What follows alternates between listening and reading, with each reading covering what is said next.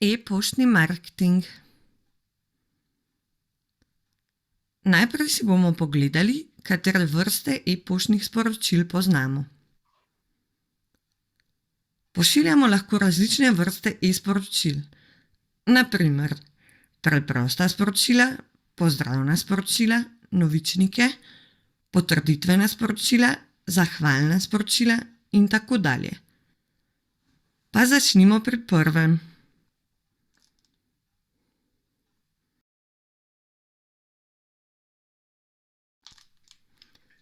Tukaj vidite primer preprostega e-poštnega sporočila. Poudarek je na pogovornem tonu komuniciranja. Videti je kot sporočilo, ki ga je ena oseba poslala drugi. Ni posebej oblikovano, videti je kot običajno sporočilo, tako ustvarja osebni vtis. E-sporočilo je lahko zanimivo, tudi če ni preveč oblikovano. To sporočilo vsebuje tudi pripisa s povezavami, česar ne vsebuje, pa bi lahko, pa je uporaba zaznamka name, angleško name token. Tako da bi se nagovor začel z "Živjo, John" ali kakorkoli je že pač ime prejemniku.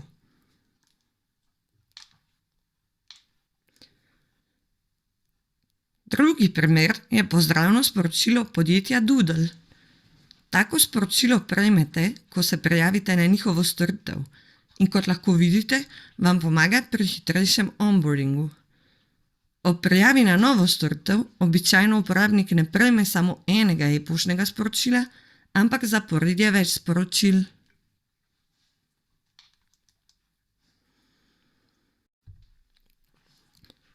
Naslednji primer je Vidyard.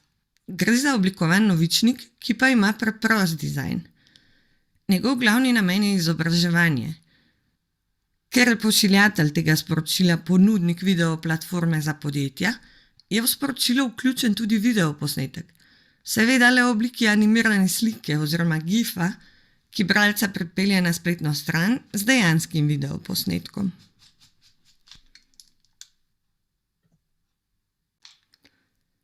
Še en primer je e-poštno sporočilo podjetja Goop, ki združuje vsebine življenjskega sloga in izbrane izdelke iz njihove spletne trgovine.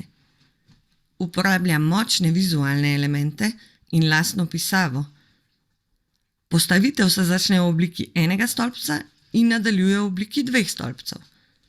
Pozivi k akciji, angleško CTI, so preprosti.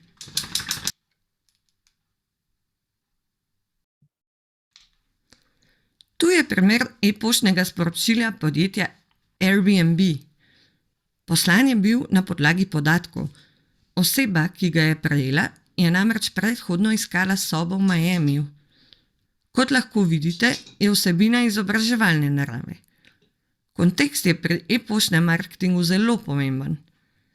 Nekoga, ki že išče sobo v Miamiju, bo seznam znamenitosti v Miamiju verjetno zanimal, morda pa ga bo celo spodbudil k rezervaciji sobe.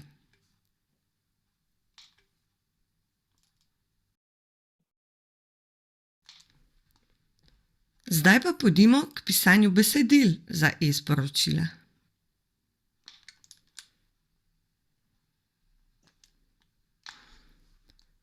Poglejmo si, kateri dejavniki vplivajo na odpiranje e-poštnih sporočil. To so ime pošiljatelja, sender, zadeva, subject in besedilo predogleda, preview text, na katerega velikokrat pozabimo. Gre za besedilo, ki ga vidimo tik pod vrstico zadevo in ga lahko razumemo tudi kot nadaljevanje besedila v zadevi. Deluje torej podobno kot podnaslov. Ko preizkušamo, kaj pomaga izboljšati delež odprtih e-poštnih sporočil, se lahko torej poigramo s temi tremi parametri.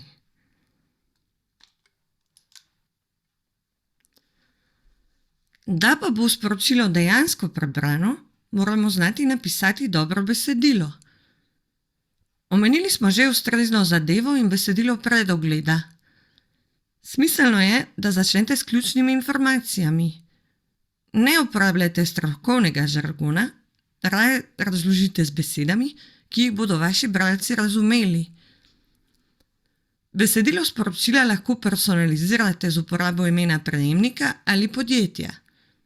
Sporočila boste veliko lažje personalizirali, če prej segmentirate svoje občinstvo in pridobite kontekst, se pravi povezave, na katere so klikali, sporočila, ki so jih odprli, izdelki, ki so jih kupili, njihova starost ter vse, kar veste o njih in je shranjeno v vaši bazi prejemnikov. Bolj ko poznate svoje občinstvo, lažje boste napisali ustrezno besedilo. Držite se pravil pisanja za splet. Uporabljajte kratke stavke in odstavke, alineje in preproste besede. Čeprav gre za e-poštno sporočilo in ne za šolski esej, pa ne pozabite na slovnična pravila. Pomagate si lahko z orodji za preverjanje slovnice, kot je na primer Grammarly. Slog pisanja naj sledi smernicam vašega podjetja. Glede na izbran ton glasu se odločite, ali boste uporabljali tudi emotikone. CTA oziroma poziv k akciji, angleško call to action. Običajno boste uporabili enega ali več CTA-jev, ki morajo zelo jasno sporočati, kam vodijo bralca in zakaj bi moral klikniti na nje.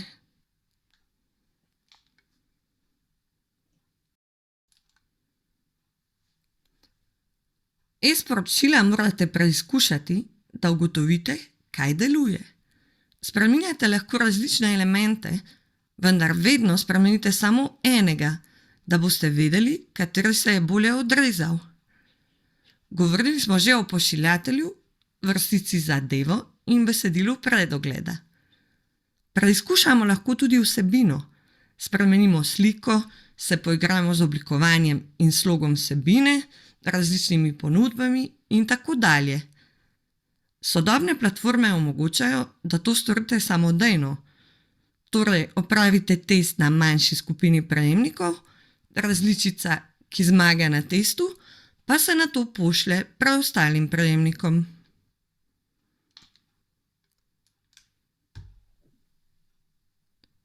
Poglejmo si delčke, tako imenovane snippete, snippets, in predloge, templates, ki nam pomagajo pri pisanju e-poštnih sporočil. Snippeti so kratke, vnaprej pripravljene fraze, ki vam pomagajo, da hitreje napišete sporočilo, saj imate že pripravljeno besedilo za različne namene. Med pisanjem vsebine e-poštnega sporočila lahko preprosto dostopate do njih. Njihova prednost pa je tudi ta, da lahko do njih dostopajo vsi člani vaše ekipe. Tako bo komunikacija vašega podjetja o določeni temi usklajena.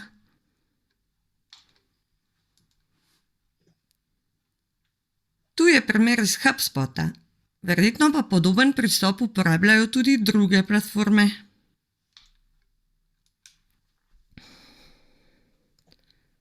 Predloge so daljše od snippetov.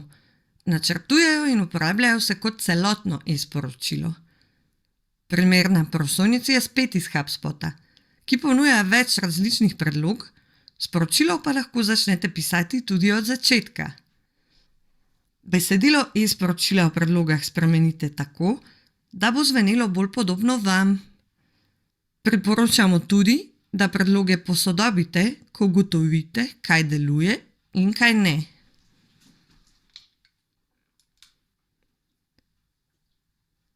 Segmentacija vam pomaga poslati pravo sporočilo pravi osebi ob pravem času. Osredotočiti se želimo na kontekst, ne le na vsebino.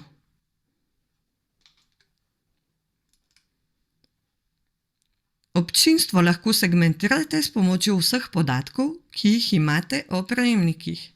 Na primer, panoga, življenjski cikel, obstoječi ali potencialni kupci, starost, obnašanje na spletnem mestu, interakcije z e-pošto in tako dalje. Na desni strani si lahko ogledate primer kampanje za ponovno konverzijo, pri kateri e-sporočila pošljemo z namenom, da bi ugotovili, ali so prejemniki, ki niso odprli naše e-pošte, Še zainteresirani.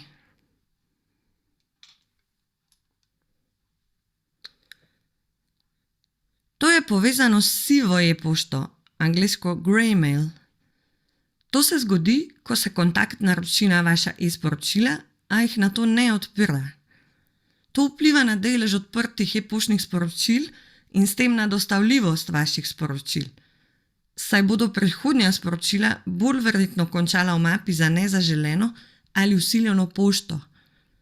Če boste še naprej pošiljali e-pošto kontaktom, ki jih ne odpirajo in ne klikajo na povezave, se bo poslabšala vaša skupna ocena pošiljatelja, angleško sender score. Lahko pa uporabite možnost Don't send to unengaged contacts, ki jo nudijo številne platforme. Tale primer je iz HubSpota. Tako boste sporočilo sicer poslali manj osebam, vendar bo ob enakem številu oseb, ki bodo e-sporočilo odprle, delež odprtih sporočil višji. Z uporabo segmentacije lahko e-sporočila tudi personalizirate in tako ustvarite boljšo izkušnjo za vaše prejemnike. Omenili smo že, da lahko uporabite oznake za ime in podjetje, pa tudi za karkoli drugega, kar je pomembno in za kar imate podatke. Naprimer starost, spol, ogledani izdelki in tako dalje. Zato je tako pomembno, da je platforma za e-pošto povezana z vašo bazo prejemnikov.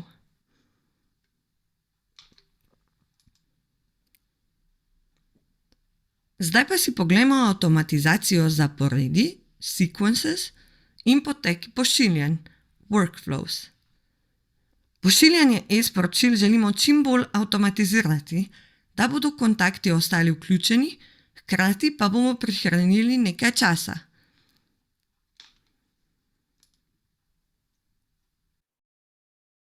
Sequences oziroma zaporedja pošiljanj so serije e-poštnih sporočil, s katerimi skozi čas negujemo kontakte. Delujejo lahko na osnovi sprožilcev ali časa. Ko prejemnik odgovori na sporočilo ali rezervira sestanek, je samodejno odstranjen iz zaporedja pošiljanj. Primer na desni strani prikazuje nekaj predlog za zaporedja pošiljanj za posebne namene, naprimer za nadaljevanje pogovora po konferenci. Zaporedja pošiljanj pa lahko ustvarite tudi sami.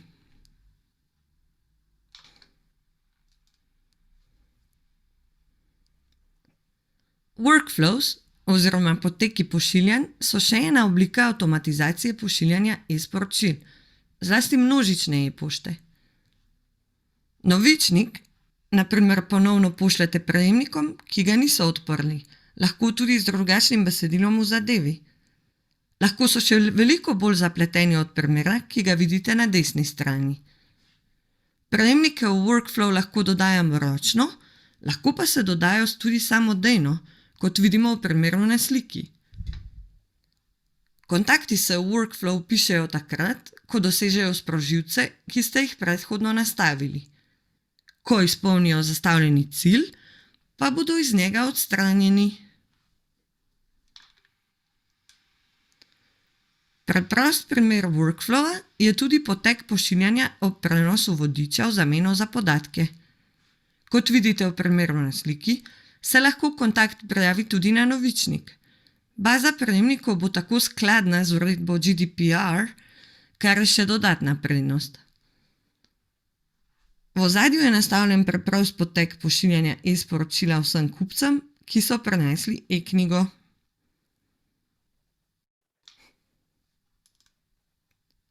Končajmo pa z analitiko.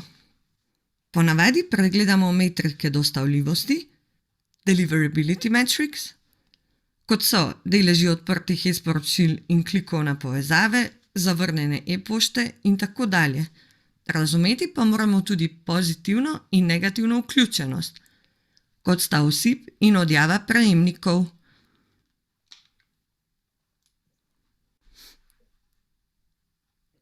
Tu je nekaj osnovnih analitičnih podatkov, ki jih lahko preverite pri vsakem pošiljanju. Številne platforme omogočajo tudi izvoz tabel s podatki o uspešnosti. Delež odprtih e-poštnih sporočil, open rate, pove, kolikšen je odstotek prejemnikov, ki so odprli e-sporočilo. Vendar ta številka ni nujno točna, odkar so pri Applu uvedli nove funkcije zasebnosti. Delež klikov, click rate, je odstotek prejemnikov, ki so kliknili na povezavo v vašem e-sporočilu, glede na število vseh ljudi, ki jim je bilo sporočilo dostavljeno. Razmerje med prikazi in kliki, click-through rate, pa je odstotek prejemnikov, ki so kliknili na povezavo v vašem e-sporočilu, glede na število vseh ljudi, ki so ga odprli. Lahko se še precej bolj poglobimo, odvisno od podatkov za spletno mesto, ki jih imamo na voljo. Kontakt odpre novičnik, nato pa v naslednjem tednu 3-krat obišče spletno stran s cenami izdelka. Ker to spremljamo, lahko samodejno sprožimo potek pošiljanja e-pošte z vsebino, povezano s tem izdelkom, ali težavo, ki jo izdelek rešuje. Preveriti moramo tudi, koliko prejemnikov se je odjavilo od prejemanja naše e-pošte in ali jo je kdo prijavil kot nezaželeno.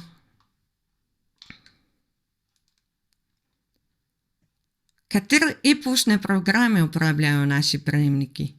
Ste preverili, kako se vaša e-sporočila prikazujejo v različnih aplikacijah?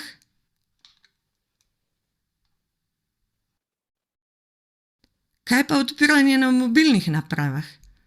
Zanimivo je videti delež odpiranja in klikov, ter kakšno je razmerje med kontakti, ki so e-pošto odpirali ali klikali na računalniku, in tistimi, ki so uporabljali mobilne naprave.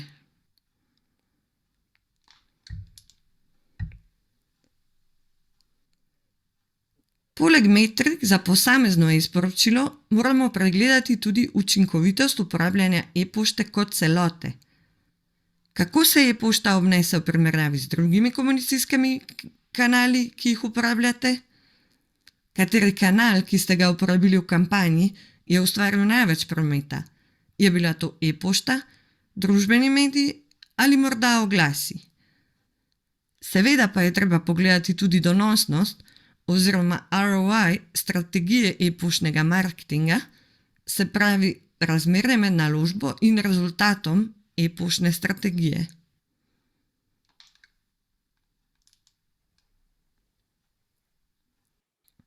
Pojdimo na naslednji modul.